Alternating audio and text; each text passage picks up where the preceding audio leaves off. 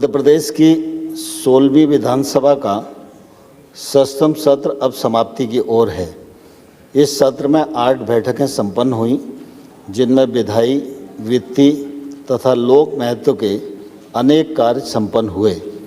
इस सत्र में सदन ने अन्य कार्यों के अलावा वर्ष 2025-26 की प्रथम अनुपूरक मांगों को भी अपनी स्वीकृति प्रदान की है।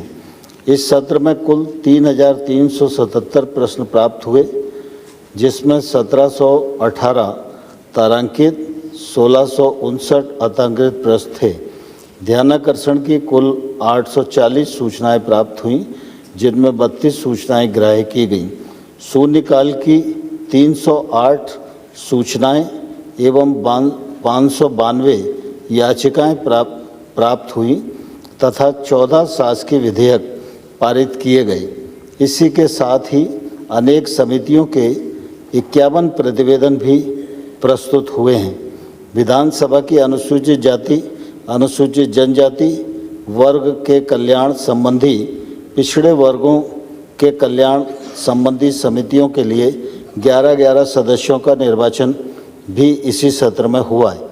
इस सत्र में नियम 139 के अधीन अविलंबनीय लोक महत्व के विषय में लगातार कम होते भूजल स्तर एवं जल संग्रहण संरचनाओं के समाप्त होने से उत्पन्न स्थिति के संबंध में सदन में लगभग 5 घंटे 40 मिनट गंभीरता से विस्तृत चर्चा करने के साथ ही नियम 142 का के अधीन अल्पकालीन चर्चा भी हुई। इस सत्र में सदन की बैठकें देर रात तक तथा भोजनो अवकाश समाप्त कर चली, जिसके द्वारा सार्वजनिक चर्चा और विषयों को निपटाया गया।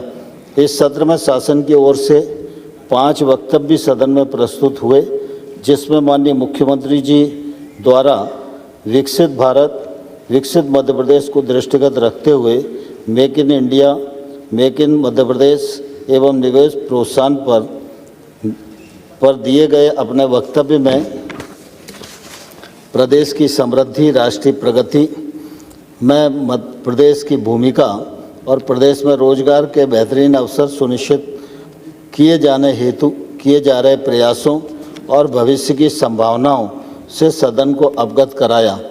इस पर माननीय नेता प्रतिपक्ष द्वारा भी सकारात्मक प्रतिक्रिया व्यक्त की गई।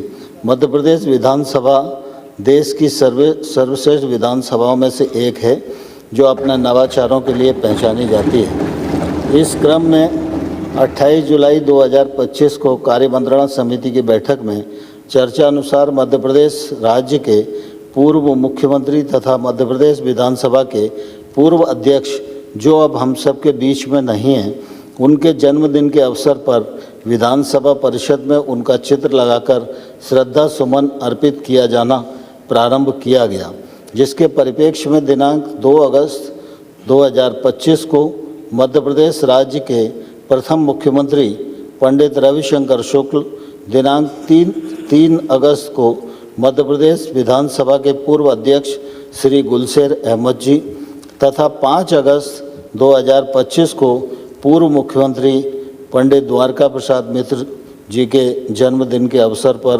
विधानसभा के सेंट्रल हॉल में उन्हें पुष्पांजलि के साथ श्रद्धा सुमन अर्पित किए गए।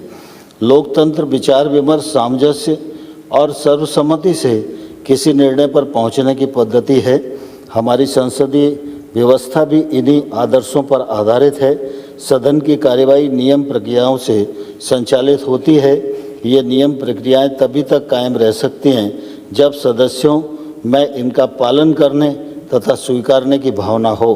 पक्ष और विपक्ष की दलीय प्रतिबद्धताएं भिन्न हो सकती हैं, लेकिन सदन सबसे ऊपर होता है लोकहित, जिसके लिए ये सारी प्रणाली संचालित हैं।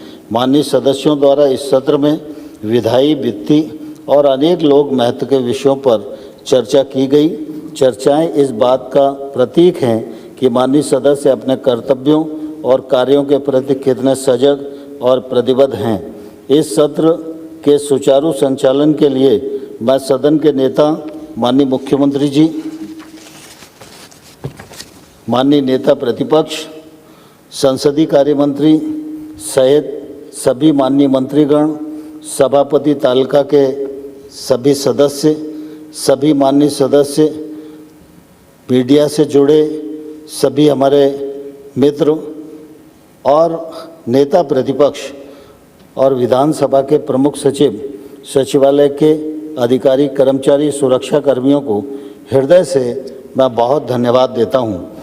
मैं अपनी ओर से, पूरे सदन की ओर से प्रदेशवासियों को आगामी रक्षाबंधन, स्वतंत्रता दिवस तथा जन्माष्टमी पर्व की बहुत बहुत शुभकामनाएं देता हूं और ईश्वर से कामना करता हूं कि हमारा प्रदेश समृद्ध हो, खुशहाल हो।